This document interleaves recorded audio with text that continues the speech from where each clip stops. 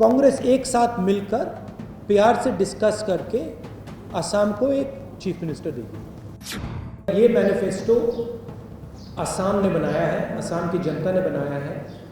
इसमें असम की आवाज़ है। असम पर जो आक्रमण हो रहा है उसको रोकने का मैनिफेस्टो है। ये जो हमारी पार्टी है, आपने देखा कि हमने ये जनता से जाके पूछा है। ये जो आपने सीएम की बात करी है, ये डिसीजन चुनाव के बाद कांग्रेस पार्टी बैठकर डिसाइड करेगी। लेकिन जनता को समझ आ जाएगी बात। कांग्रेस एक साथ मिलकर प्यार से डिस्कस करके असम को एक चीफ मिनिस्टर देगी। ये जो मैनिफेस्टो है, इस पे कांग्रेस पार्टी का सिंबल है, मगर ये मैनिफेस्टो असम ने बनाया है, असम की जनता ने बनाया है। इसमें असम की आवाज़ है और इसको हज़ारों कांग्रेस कार्यकर्ताओं ने, नेताओं ने, आम जनता से, युवाओं से, किसानों से, मजदूरों से बात कर कर बनाया है।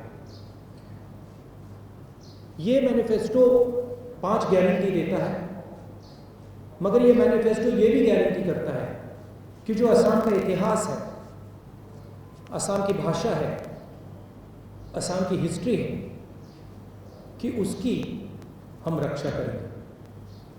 आज देश में अलग अलग भाषाओं पर, अलग अलग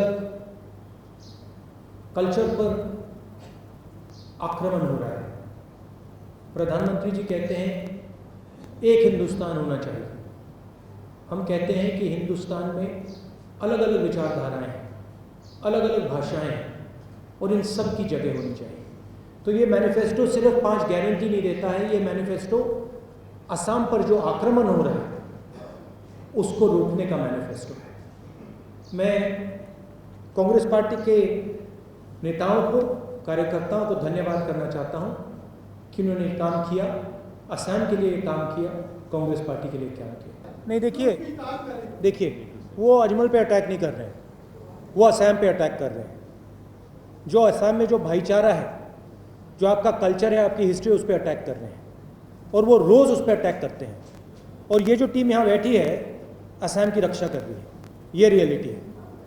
हमारे मैनिफेस्टो में 5 गारंटियाँ हैं, बिल्कुल क्लियर गारंटीज़ हैं। जो नुकसान बीजेपी ने किया है, सिर्फ असम का नहीं, हर प्रदेश का, देश का, जो नोटबंदी के कारण हुआ है, जो हमारी दो सरकार के कारण हुआ है, जो गलत जीएसटी के कारण हुआ है, जो 3 किसान के कानून बनाए उसके कारण हुआ है, उसको रेक्टिफाई करने का यह तरीका है।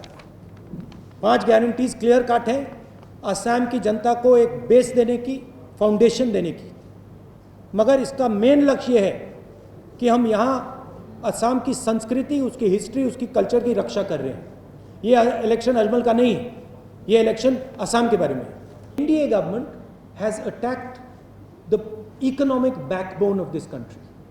They have destroyed the economic backbone of this country, right? GST, demonetization, these ideas have destroyed India's ability to produce jobs, have completely disturbed the economic system.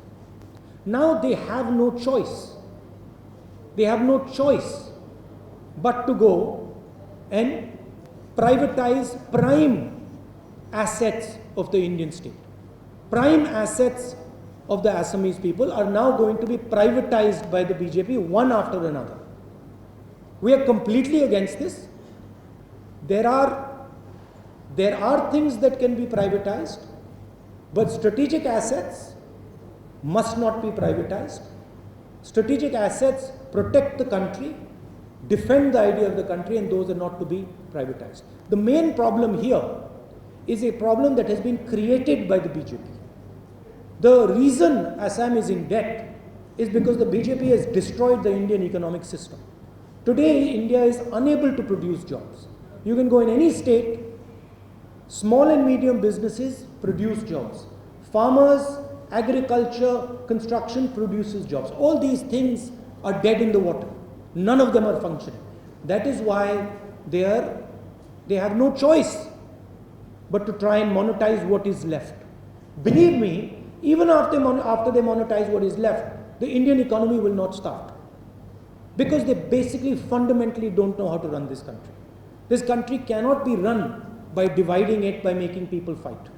This country cannot be run on the back of 2 or 3 people. This country has to be run on the back of poor people, and that's what we know how to do, that's what we have done. So I'm pretty confident that we will stop them in their tracks when it comes to these strategic assets that they're trying to sell.